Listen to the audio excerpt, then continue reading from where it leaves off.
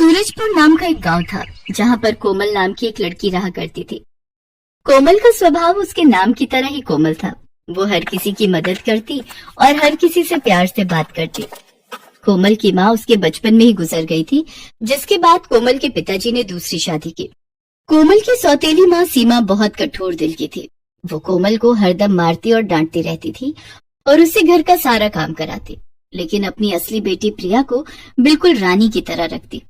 कोमल के पिता कमाने के लिए शहर गए थे, इसीलिए सीमा और प्रिया दोनों कोमल पर हुक्म चलाया करती थी।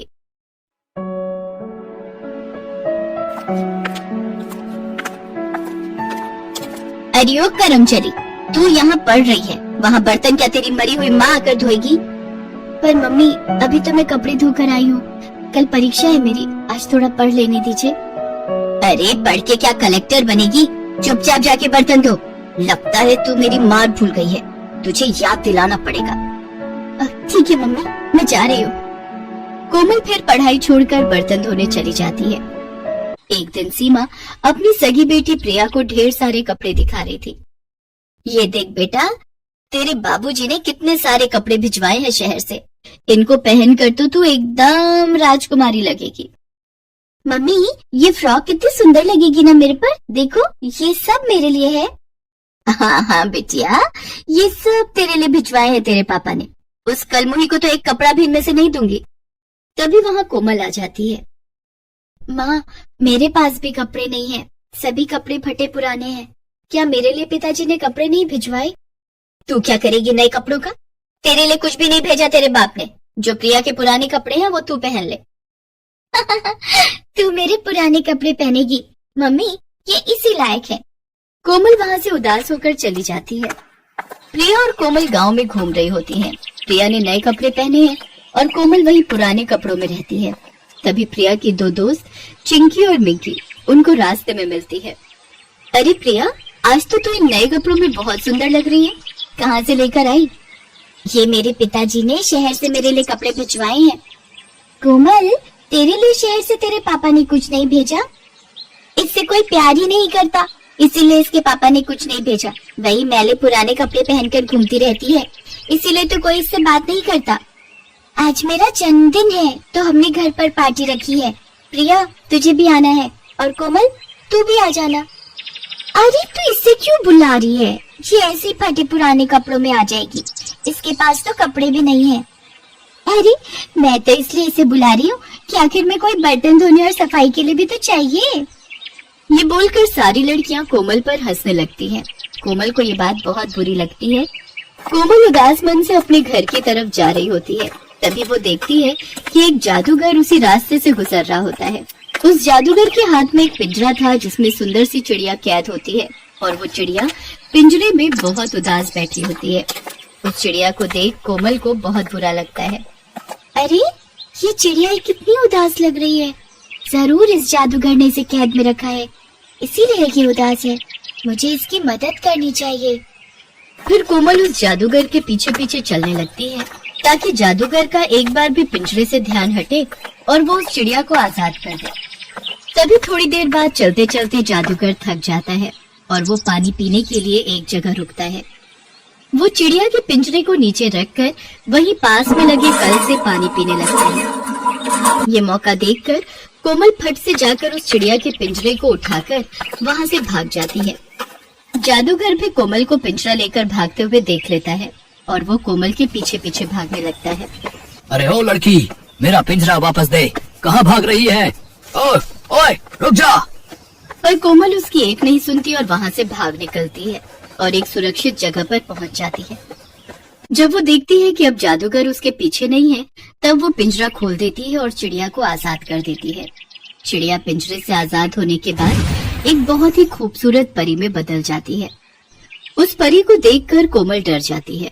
कोमल को डरा हुआ देख परी बोलती है, अरे बेटा डरो मत, मैं तुमको नुकसान नहीं पहुंचाऊंगी। तुम कौन हो? मैं एक परी हूँ। मुझे उस जादूगर ने अपने जादू से एक चिड़िया बना दिया और इस पिंजरे में कैद कर लिया था, लेकिन तुमने मुझे आकर उस जादूगर की कैद से छुड़ा लिया। तभी वहाँ जादूगर पहुँच जाता है। अरे ओ लड़की, तेरी हिम्मत कैसे हुई इस पिंजरे को लेकर भागने की? चल मेरा पिंजरा वापस दे। नहीं नहीं, ये पिंजरा इसे मत देना, वरना ये फिर मुझे इसमें कैद कर लेगा। तू मानेगी मेरी बात या नहीं? तू जानती है मैं कितना खतरनाक हूँ। चुपचाप इस पिंजरे को मेरे हवाले कर दे, वरना तुझे अपने जादू से पत्थर का बना दूंगा। अरे जाओ, तुम खतरनाक कम, नौटंकी वाले ज्यादा लग रहे हो। नौटंकी? तू जानती नहीं है अभी मेरी शक्तियों को। मैं एक पल में पत्थर को पानी और पानी को पत्थर कर सकता हूँ। अच्छा, तो जरा ये सामने रखे हुए पत्थर को शीशा करके दिखाओ, तब मैं मानू तुमको। फिर जादूगर अपनी जादू की छड़ी घुमाता है और सामने रखे पत्थर को वो एक पल में शीशा बना देता है। देखा लड़की, और कोई सबूत चाहिए तुझे? चल अब फटाफट मेरा पिंजरा मुझे वापस कर। नहीं, अभी नहीं। ऐसा जादू तो हर छोटा मोटा जादूगर कर लेता है। मैं तो तुमको तभी मानूंगी जब तुम इस शीशे को तोता बना दो। अच्छा, तो ये ले। जादूगर अपने सामने रखे शीशे की तरफ छड़ी घुमाता है और उस शीशे पर जादूगर का ही चेहरा आ रहा था, और छड़ी घुमाते ही वो जादू उस शीशे से रिफ्लेक्ट होकर जादूगर पर पड़ जाता है, जिससे वो जादूगर खुद तोता बन जाता है। तभी कोमल भागते हुए जाती है और जादूगर को उसी के पिंजरे में पकड़कर बंद कर देती है और वो पिंजरा उस परी को सौंप देती है। अरे वाह, तुमने तो बहुत चतुराई और आसानी से इस जादूगर को हरा दिया। अब ये जादूगर किसी को भी परेशान नहीं करेगा। और तुमने जो आज मुझ पर इतना बड़ा उपकार किया है, मैं इसको कभी नहीं भूलूंगी। इसीलिए तुम मुझे अपनी कोई भी एक ख्वाहिश बताओ, मैं वो पूरी कर दूंगी। मेरे पास कोई अच्छे कपड़े नहीं है, इसीलिए मेरा कोई दोस्त भी नहीं है। आप मुझे क्या एक अच्छा कपड़ा दे दोगी? बस एक कपड़ा? अभी रुको। तभी वो परी एक चुटकी बजाती है और एक सुंदर सा गाउन सामने आ जाता है। वो गाउन इतना सुंदर होता है कि उसे देखने के बाद कोमल की आंखें उससे हट ही नहीं रही थी। ये लो, ये गाउन अब से तुम्हारा है। और ये कोई मामूली गाउन नहीं है, ये एक जादुई गाउन है। अगर तुम इसे पहनोगी तो सभी लोग तुम्हारी तरफ ही आकर्षित होंगे और सब तुमसे दोस्ती करना चाहेंगे। और ये गाउन हमेशा साफ ही रहेगा, ये कभी गंदा नहीं होगा। और तुम जो भी रंग मन में सोचोगी, ये गाउन उसी रंग का हो जाएगा। बस तुमको ये मंत्र बोलना पड़ेगा कि सुन गाउन, मैं चाहूँ कि इस रंग का बन जा तू, और ये हमेशा तुम्हारी मदद भी करता रहेगा। तुम जो भी कहोगी, ये गाउन वो सारे काम चुटकियों में कर देगा। बस तुमको एक बात का ध्यान रखना है, ये गाउन सिर्फ तब तक ही साफ और जादुई रहेगा जब तक तुम्हारा मन साफ होगा। अगर तुम्हारे मन में छल कपट और लालच आ जाएगा, तब इसकी शक्तियाँ उसी दिन चली जाएंगी। ये लो, अब तुम इसे रख लो। चलो, अब मैं भी चलती हूँ। वो गाउन कोमल को देकर परी वहाँ से उड़कर चली जाती है। कोमल भी परी की बात मान लेती है और वो गाउन लेकर घर आ जाती है। कोमल वो गाउन को हाथ में लिए निहार रही होती है और मन में सोचती है, क्या जो वो परी बोल रही थी वो सच है? क्या ये सच में कोई जादुई गाउन है? एक बार इसे पहन कर देखती हूँ। फिर कोमल वो गाउन पहनने चली जाती है। फिर थोड़ी देर बाद वो गाउन पहनकर कमरे में आती है और शीशे के आगे खड़ी हो जाती है और वो अपने आप को शीशे में देखकर दंग रह जाती है। कोमल वो गाउन पहनने के बाद एक परी की तरह लग रही थी। ऐसा लग रहा था कि उससे ज्यादा सुंदर और कोई है ही नहीं इस दुनिया में। सच में उस गाउन में ऐसा जादू था जो एक आम लड़की को परी बना दे रहा था।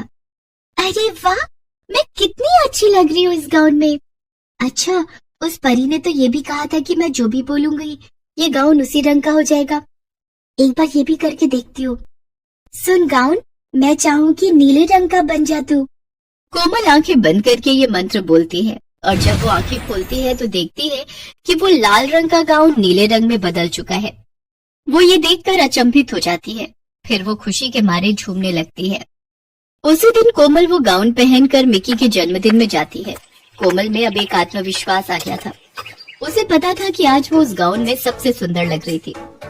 तभी वहाँ सारी लड़कियाँ कोमल को देखकर चौंक जाती हैं। उनकी नजरें कोमल से हटती ही नहीं है। प्रिया को छोड़ वो सारी लड़कियाँ कोमल के पास आ जाती हैं। अरे कोमल, आज तो तू बहुत सुंदर लग रही है। हाँ कोमल, आज तो तू इस गाउन में किसी परी से कम नहीं लग रही है। तू आज हमारे साथ आकर बैठ जा। पर ये सब कोमल की सौतेली बहन प्रिया को बर्दाश्त नहीं होता। प्रिया से ज्यादा लोग कोमल की तारीफ कर रहे हैं और उससे बातें कर रहे हैं। धीरे धीरे उस जादुई गाउन की वजह से कोमल का सारा काम आसान हो गया। जो भी उसकी सौतेली माँ उसको काम देती, वो सारे काम कोमल अपने जादुई गाउन के जादू से चुटकियों में कर देती। अब कोमल हर रोज गाउन पहनकर अपनी सहेलियों से मिला करती थी। हर रोज वो गाउन का रंग बदलती और पहनती। इस तरह कोमल अब अपनी जिंदगी आराम और सुकून से बिताने लगी। उस जादुई गाउन ने कोमल की जिंदगी बदल दी। इस कहानी से सीख मिलती है कि अगर आप बहादुर हैं, मेहनती हैं और आपका दिल साफ है, तो भगवान भी आपकी मदद करेंगे।